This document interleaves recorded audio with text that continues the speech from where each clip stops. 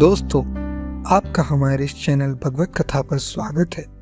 दोस्तों, जैसा कि हम जानते हैं, अश्विन माह के बाद कार्तिक का महीना शुरू हो जाता है। यह माह भगवान विष्णु को समर्पित है। कार्तिक के महीने में स्नान, दान और उपवास करने से सभी कष्टों से मुक्ति बहुत आसानी से मिल जाती है। इस महीने में भगवान विष्णु और शिव तथा कार्तिकेय और तुलसी की पूजा का विधान है। अक्षय पुण्य की प्राप्ति के लिए इस महीने में माँ लक्ष्मी की विशेष पूजा की जाती है। आइए हम आपको बताते हैं साल 2023 में कार्तिक माह कब से शुरू हो रहा है। इस साल कार्तिक माह 29 अक्टूबर 2023 से शुरू हो रहा है। इसका समापन कार्तिक पूर्णिमा पर 27 नवंबर 2023 को होगा। कार्तिक माह तप और व्रत का माह है। इस माह में भगवान की भक्ति और पूजा अर्चना करने से मनुष्य की सारी इच्छाएं पूर्ण होती हैं। सभी माह में कार्तिक माह को सर्वश्रेष्ठ माना गया है। यह माह पाप का नाश करते व्यक्ति के सभी संकट दूर कर देता है और धन, सुख, समृद्धि, शांति एवं निरोग प्रदान करता है। आइए जानते हैं कि इस माह में कौन से प्रमुख 10 कार्य करने चाहिए। पहला कार्य, नदी स्नान। कार्तिक के पूरे माह में पवित्र नदी में स्नान करने का प्रचलन और महत्व रहा है। इस माह में श्री हरि जल में ही निवास करते हैं। मदन परिजात के अनुसार कार्तिक मास में इंद्रियों पर संयम रखकर चांद तारों की मौजूदगी में सूर्य देव से पूर्व ही पुण्य प्राप्ति के लिए स्नान नित्य करना चाहिए। दूसरा कार्य, व्रत। इस दिन व्रत का भी बहुत महत्व है।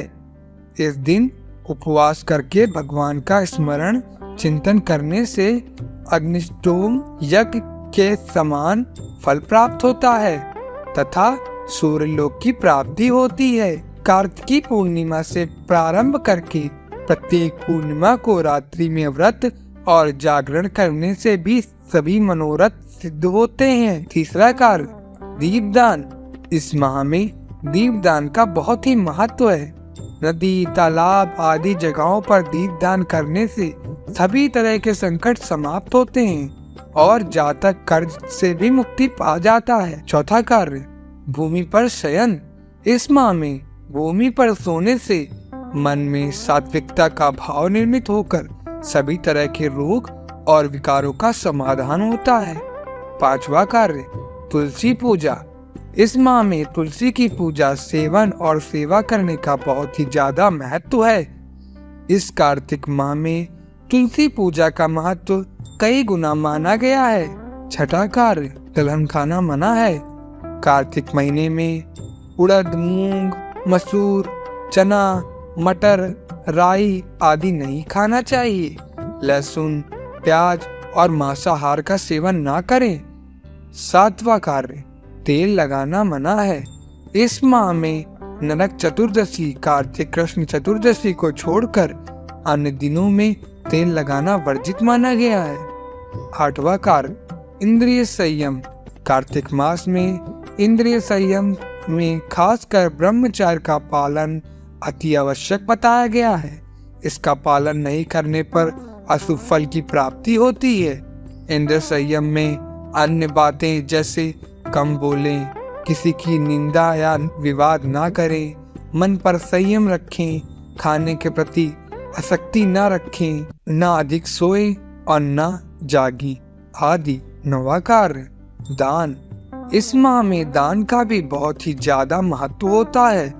अपनी क्षमता के अनुसार अन्न दान, वस्त्र दान और अन्य जो भी दान कर सकते हो वह करें। 10वां कार्य, पूजा।